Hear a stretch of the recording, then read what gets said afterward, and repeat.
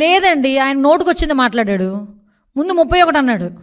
మనం అంత బుర్రలేదు, ఏదో నోటుకొచ్చి మాట్లాడేసి బుర్ర అంటించేద్దాం, తర్వాత వాళ్ళే కొడుకుంటారు అనే ఫీలింగ్లో ఉంటాడు జగన్మోహన్ రెడ్డి ఇప్పుడు కూడా.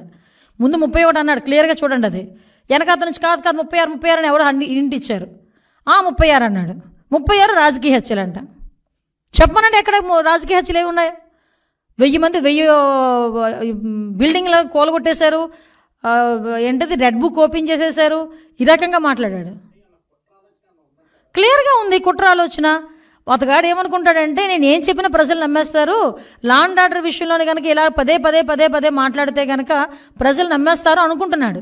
ఏదో రకంగా గవర్నమెంట్ మీద బురద జల్లాలి కాబట్టి, చంద్రబాబు నాయుడు గారి మీద బురద జల్లాలి కాబట్టి, ఏదో రకంగా అడ్డదారి తొక్కైనా మళ్ళీ ఏదో రకంగా సీఎం కుర్చీలో కూర్చుని పోవాలని కలలకు అంటున్నాడు కాబట్టి, ఈరోజు మా మీద బురద చల్లడానికి 36 రాజకీయ హత్యలు, 300 మంది దాడులు, అవి ఇవని చెప్పి ఫిగర్స్ సైతం చెప్తున్నాడు.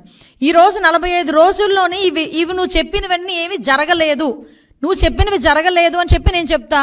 జరిగినవి ప్రూవ్ ఏమైనా ఉందా? యాజ్ ఎ హోమ్ మినిస్టర్ నేను మాట్లాడుతున్నా. నువ్వు చెప్పినవన్నీ కూడా అబద్ధపు లెక్కలు. దీని మీద నువ్వు ఎక్స్ప్లెనేషన్ ఇవ్వాలి. దీని మీద నేను కేసు పెట్టాలనుకుంటున్నాను. ఎందుకు కేసు పెట్టకూడదు, ఎందుకు చర్యలు తీసుకోకూడదు జగన్మోహన్ రెడ్డి మీద ఈరోజు ప్రభుత్వం మీద? అప్పుడు నిజంగా జరిగిన ఇన్సిడెంట్లే, రంగనాయకమ్మ గారు జరిగిన ఇన్సిడెంట్ అమరావతి గురించి ఒక చిన్న పోస్ట్ పెట్టారని సిఐడి వాళ్ళని పంపించి, ఆవిడ వయసును కూడా పక్కన పెట్టి వాళ్ళ చేత విచారణ జరిపించి సిఐడి ఆఫీసులో కూర్చోబెట్టి విచారణ చేపట్టావు. ఇలాంటి సంఘటనలు గౌతు శిరీష గారు ఒక చిన్న పోస్ట్ గవర్నమెంట్కి వ్యతిరేకంగా పెట్టారని సిఐడి నోటీస్ ఇచ్చి ఆవిడని సిఐడి ఆఫీసులో కూర్చోబెట్టావు.